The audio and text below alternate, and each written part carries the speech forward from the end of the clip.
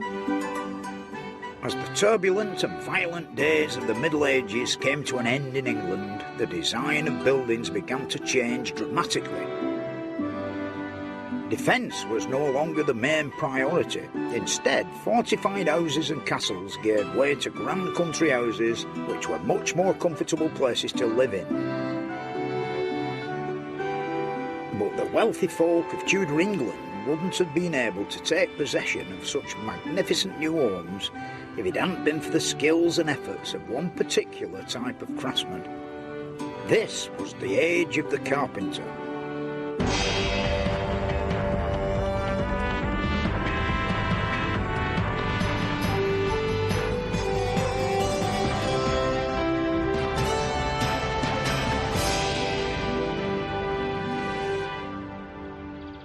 Changes that turned an Englishman's castle into his home didn't happen overnight. It was a very gradual process that began back in the Middle Ages. In Stokesey Castle in Shropshire, we see the first stages of these changes. It's England's oldest moated and fortified manor house, and it has hardly altered since the time it was built in the late 13th century. It was built by a wealthy wool merchant called Lawrence of Ludlow, and what he desired were a comfortable mansion or house for his wife and children and himself. The thing is that it also had to have a degree of fortification. The house he built took advantage of the newly established peace on the Welsh border. Its fortifications were a bit of a status symbol, and they wouldn't have been able to resist a real attack. What they did was to provide the sort of security a wealthy family like the Ludlows would have needed against burglars or unruly mobs. Their money had come from the wool trade, and Lawrence of Ludlow built up the business to become the wealthiest wool merchant in England. It was a very profitable business to be in, and merchants like this were the new rich of the day.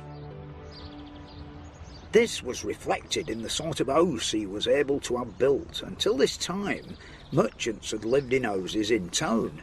Only the landed gentry could have afforded something on this scale.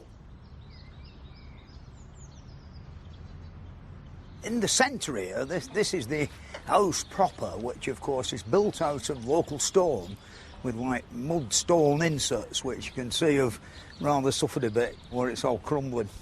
And over there, behind the flower beds, is the curtain wall, which, of course, years ago would have been a great deal higher, giving, in this courtyard here, a greater sense of security and enclosure. The North Tower is the oldest part of all the lot of the place. Of course, you can see in these rooms, they really built more for defence than comfort. I mean, with the long, thin windows or arrowloops, not found anywhere else in the wall manor. You know, the other parts have got nice big windows, and it don't really do anything now other than serve as a home for the swallows. It's all very different when you get up here on the second floor. All the walls are timber framed and filled in with lath and plaster. It must have been a very important room, you know, for the family. And of course, if you had any friends round, wonderful views of all the countryside out through these lovely windows. But I rather think that when this bit was stuck on top of here, you know, there were more peaceful times. These walls on the top floor actually project out over the stone walls below. It's a building technique known as jettying, and it was developed during the 14th and 15th centuries. Yeah, this little drawing I've done is to try and explain the principles of jetting out, you know, like hanging over or making the bedroom a bit bigger. This vertical timber here and this one and that one, the actual outside walls of the lower chamber. When they put the floor joists on, there could be as much as 2 to 3 feet of an overhang, which of course in the case of both sides of a room made the room 6 foot bigger, you know, which were quite a saving in a way. And then, to compensate for this overhang, they made these rather nice little brackets, which of course help support the floor above. Jettying will become very common in timber frame buildings of the later Middle Ages. But this north tower at Stokesey is a very early example of the technique, where they actually built the jetted wooden structure on top of the existing stone tower.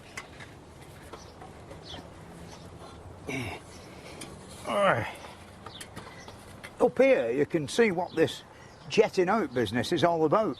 The actual horizontal ones, like this one and that one there, are the actual floor joists, which are supported by these props and these bracing pieces. Bracing pieces are mortise and tenon and pinned across with wooden pins. And these here props here are resting on these stone corbels, which give it support. But they also, the support for these here pieces at 45 degree, there are all sorts of handles actually. In a way, it's a very clever way of pinching another room above that's maybe as much as 8 or 9 feet bigger than the room below where the stone wall's out. The timbers they used for this had to be pretty substantial, and I followed their example when I built this. I've always been interested in carpentry on a large scale. I once had a friend who started life off as a joiner and ended up as a fiddle player in the alley orchestra. And he was a bit like me. He was a frustrated steeplejack and also had a great interest in coal mining. And we promised ourselves in the pub when we'd had a pint or two that one day we would build a wooden pit headgear. They're quite ornate to me. I quite like it. In the olden days, they had a bit of style about it, all these fancy ends on the woodwork. Poor Kenneth, the lassie, didn't live long enough to see it finished, but I just kept making a bit here and there, and then eventually I bolted all the bits together. Very much the same way that they would have done it back in the Middle Ages. Really, it's not everybody in a residential area who's got a pit headgear in the back garden. But to me, it's rather an handsome piece of carpentry. Stokesey is full of timber work on a grand scale like this, especially in the Great Hall. As you can imagine by its size, this room was the most important in the wall of the manor house. The feeling of greater space, which is brought on by the great massive roof and the roof trusses, which at the time of their erection would have been leading-edge timber technology. Everybody was striving to span the greatest distances with arches made of wood. The crook beam was the answer, and Stokesey has a very early example of a crook roof. This little drawing I've done here, it shows like the basic principles of the crook beam roof construction. And basically it's two bent trees, and they must have had a man going round all day looking for bent trees. There's a bent tree, and that is roughly the shape of one of these great beams. They just lean one on the other, and in very few basic joints, nearly all are flat joints, and of course, you know, plenty of oak pegs to hold it all together. And then, of course, this collar or beam across the horizontal beam across the top would give it even more stability and, you know, and stop it like collapsing inwardly. And then that were braced by rather small internal bracing pieces and various bits shoved in anywhere really that would give it a bit of support. We can see how a roof like this is made because all the woodwork in this 14th century barn at Pilton near Glastonbury was destroyed by fire, and a new crook beam roof very similar to the one at Stokesey is being made for it. It's all being done at a workshop in Berkshire where they specialise in historically accurate timber frame constructions. I came here to find out how you go about constructing a crook beam roof from the owner, Peter McCarty. Back in these times, would it all have been done on floor like this? Yeah, they certainly would have done it on a floor or in a framing yard. Yeah. There are documentary references to the term framing yard. I think the important thing is that it would have been done as we're doing it, as a sort of prefabricated manufacturing operation. But it's quite an operation just getting timbers as big as this and as heavy as this together. Although we've got the forklift to help us, I mean, most of it is done we use a big commander, you know, a big wooden mallet, just as they would have done back in, 1280. The holes you can see are for the pegs that hold the joints together. Each one has got to be cut from a log like this and then shaped by hand. For a roof of this size, they have to make around 1,000 of them. Would you like to have a go? Yeah? Now that I know you want a octagonal shape and not round, right, I'll be all right. Right. Hey. This little bit in there, it's not... that little metal bit, you know... Yeah, it's getting a bit goosed, isn't it? The timber has to be really green for a lot of these hand tool operations. The softer the wood, the easier the job. Then they let them dry out and harden for about 3 or 4 weeks.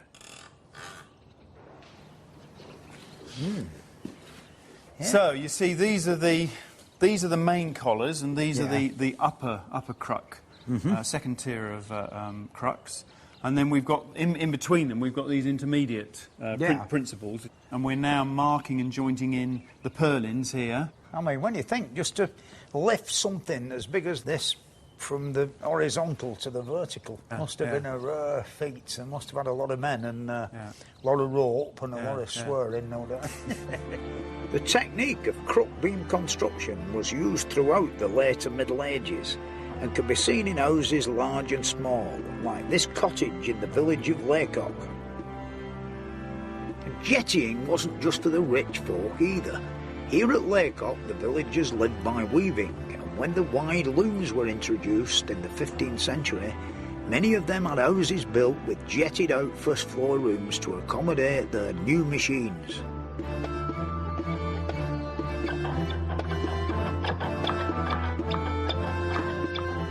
It was the age of the carpenter, a time when the craft of working in wood reached its peak. Master carpenters began to develop specialised jointing techniques and make big advances in the mechanics of how a timber building was put together. By the time of the Tudors, they had found ways of spanning wide spaces with massive timber roof trusses. Timber was the main construction material, and the carpenters who built these places were the great engineers of the day.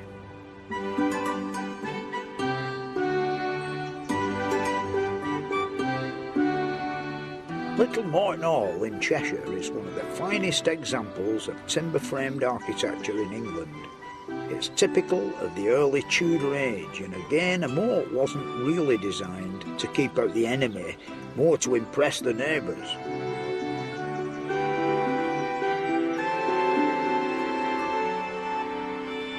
It was built over a period of 120 years in the 15th and 16th centuries by 3 generations of the Moreton family, who had been powerful local landlords since the 13th century. The main building materials about this time were still timber, especially in north of England. They basically set off with a plinth of stone or brick, and then made these frames that weren't very big. They only did like 1 story at once, and stuck them up on the edge of the stonework, and then interlaced them with all sorts of bracing pieces, as you can see. Considering the amount of acreage of land that the Moretons owned, they mustn't have been short of a few oak trees when they started building this place. The timber would arrive here still in the round and would be split with iron wedges and then cleaned up with an adze. Then the mortises and the tenons worked on the ends of each piece. And then, of course, the beginnings of the erection with the pegs and the holes through. I've made this small model to try and portray how they went about building half-timbered houses in Tudor times. One of the first pieces would be a corner post, which would be stuck in the mortise hole, possibly hold itself up with a couple of pegs in. So we've got the corner post up, you know, like so. And then the cross members, like that's all been marked so we know exactly where it fits. When you look at half-timbered buildings, the vertical ones are never very long, maybe 10 or 12 feet. 2 or 3 decent lads, you know, of reasonable fitness and strength could get one like this and manhandle it up and more or less shove it together like I've done. And of course then more pegs in the holes to sort of hold it all together, and then finally the top rail, which would be dragged up, no doubt, on ropes, tied to a couple of pieces of fir pole sticking up. And then when they got it, you know, up in the sky like this, you'd get that tenon in, and then this tenon in next one, and of course more pegs then in the holes to fill in the spaces in between the framing. The first ideas they come up with were like lath and plaster, which is really just chopped sticks that were nailed into a sort of rebate, and then they plastered it with a mixture of cow dung, sand and lime, and of course they referred to it as wattle and daub. They did it both sides, so it held an air cavity in between, which of course would be good insulation. But you do see examples of a great crack all the way around the edge where everything shrunk, and I suppose the draft owls in the winter. The big weakness of half-timbered buildings is the ends of the vertical framing, because where they touch the stonework, you know, there were no fancy damp courses or out like that. The rot set in at the bottom, some must have gone rotten quicker than others. That's why the thing goes, you know, downhill, and all the horizontals end up piddly, like this lot behind me. It almost looks as though it could all come tumbling down at any time. Here's rather a grand example that shows why, like, the buildings all settle down. This vertical post once stood on the top of this kneeling stone, and now of course it's gone a bit airwire and it's obviously suffering from pressure that's coming from above. Over the years, as the building developed, it became sort of an hodgepodge of buildings all around this central courtyard. The oldest parts are the Great Hall and the East Wing over here, which have changed very little since the modernisation scheme in the 16th century, when these rather wonderful bay windows were added. The man who did the job, Richard Dale, left his mark behind here on this window frame. It says, "Richard Dale, carpenter, made this window by the grace of God." It's like an early bit of advertising for window frame making.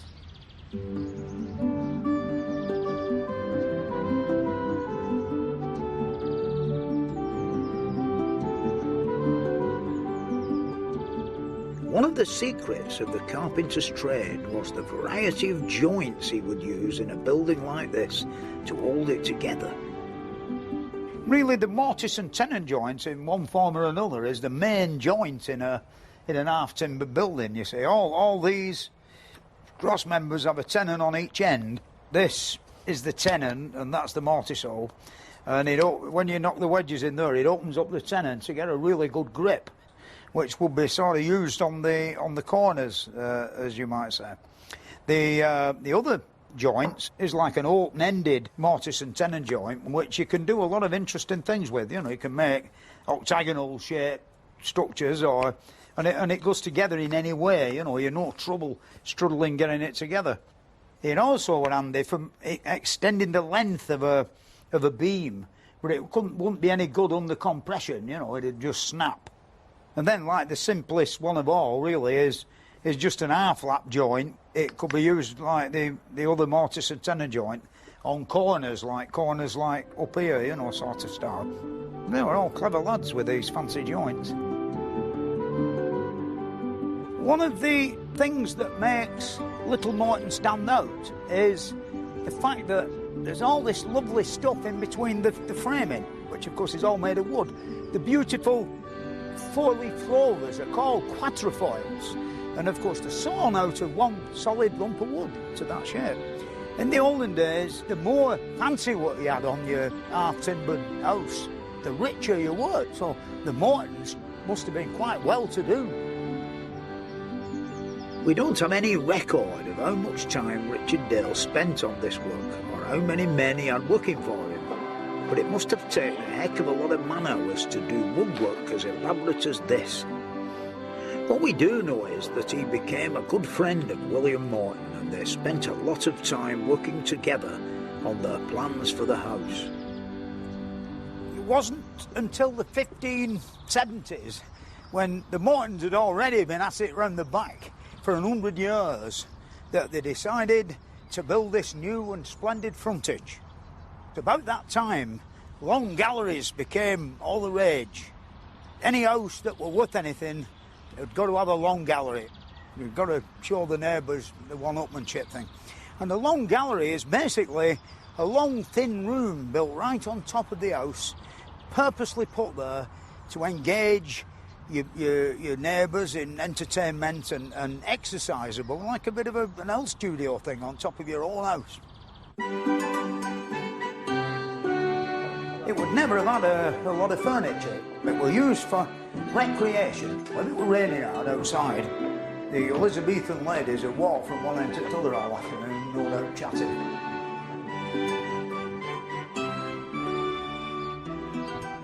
So the Moreton family decided they'd have to have one.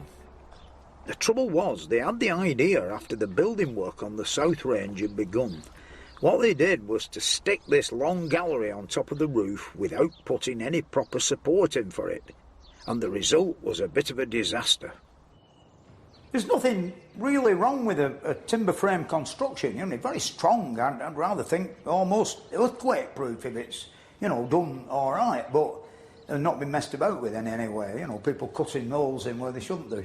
The thing is, this were like never right from the beginning. There's obviously evidence that what's underneath the floor is not very hot, is it? You know, it's all gone diddly-piddly that way. Through the excessive weight on the roof of these stone flag slates, the windows and the framing have started to go outwards, and way back in distant past there's been an attempt to stop this by fixing up some, well, there would be about 8x5 balks of oak, which are anchored to the wall plates in an attempt to stop it going out. And then at a later date still, there's iron tie rods been inserted to help again. Just recently, the National Trust have done some pretty important engineering to make sure the long gallery doesn't go any more out of shape. And here is Jeremy Milne, who's one of the team who were partially responsible for the construction and the installation of this great iron frame, and he's going to tell us all about it. Isn't that right, Jeremy? Perfectly true. Well, the Trust about 10 years ago was faced with a rather alarming report from our structural engineers, and we were not allowed to take more than 10 people up into the long gallery at once, or the thing might have collapsed into the moat. And the prescription that he came up with was to introduce a steel lattice system in underneath these appentis roofs, this triangular-shaped element of roof underneath the windows of the long gallery, which you can't see, and they support the posts of the long gallery itself, which have this tendency to buckle under the considerable weight of the roof. I don't think anybody's ever tried to measure the weight of the roof, but it's always been said that the gritstone slabs on it equate to about 10 double-decker buses. That's true. People don't realise until they've actually picked one up, do they, how heavy them flag slates are, really, very heavy. And the amazing thing is, the whole weight of all the structure, the roof and all the timber framing and all the floors is all resting on the masonry at the bottom. And the many repairs that have been done over the centuries to the timber work at the bottom, not one iron dowel has been found, you know, it's just resting there, like a doll's house, you know, bang.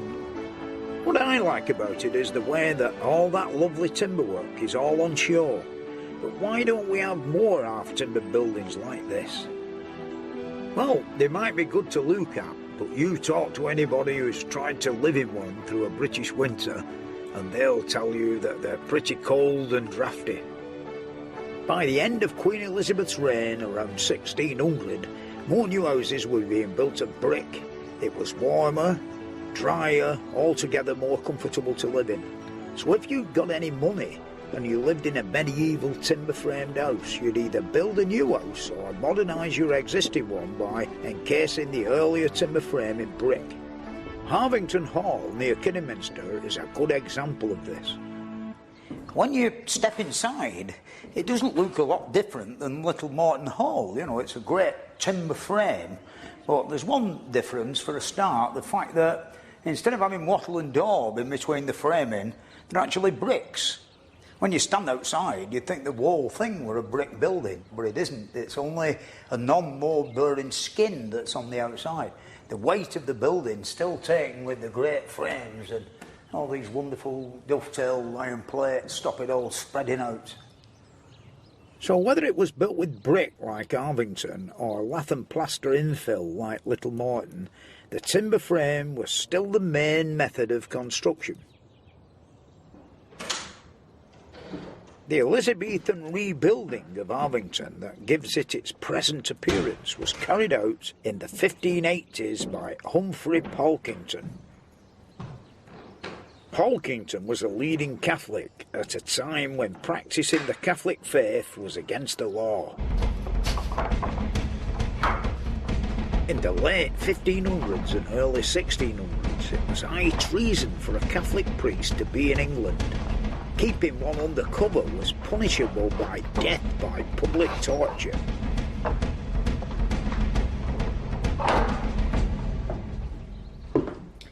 These hideaways have got to be very cunningly hidden amongst the joinery and the staircase in this instance. You're going to be able to get in these things pretty fast and get yourself comfortable in this wonderful hideaway. I'll have a do at getting in a bit quick. They're coming.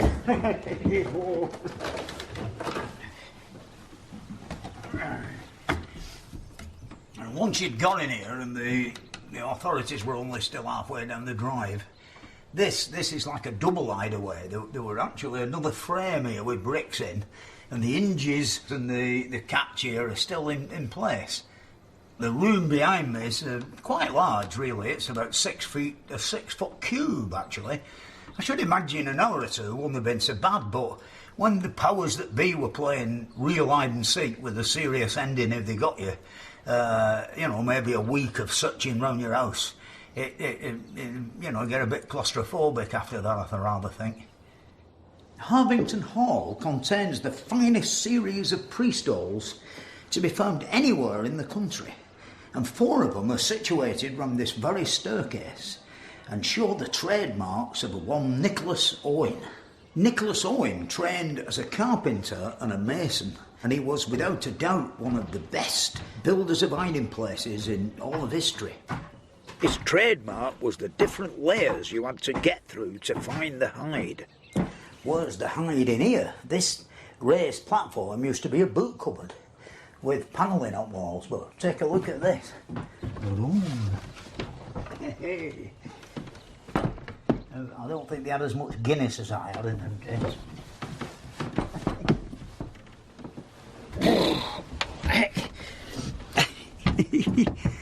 This is actually a triple hideaway. Of course, before you could come through that slot that I've just come through, you've got to move the doors off the cupboard, shift a few books, then shift the oak panelling, and then eventually you come to this beam, swing that open, and then you were in, you know. Very claustrophobic in here. I rather think that mead weren't quite as fattening as Guinness. Owen was eventually captured and he died under torture in the tower, but no priest was ever found hiding here, and that's why the priest halls have remained intact. Yet another tribute to the skills of the carpenter. Next week I'll be going north of the border to have a look at the work of some Scottish builders, and to look at one of the most important works of a Scotsman who created a style of building that was so distinctive it was named after him.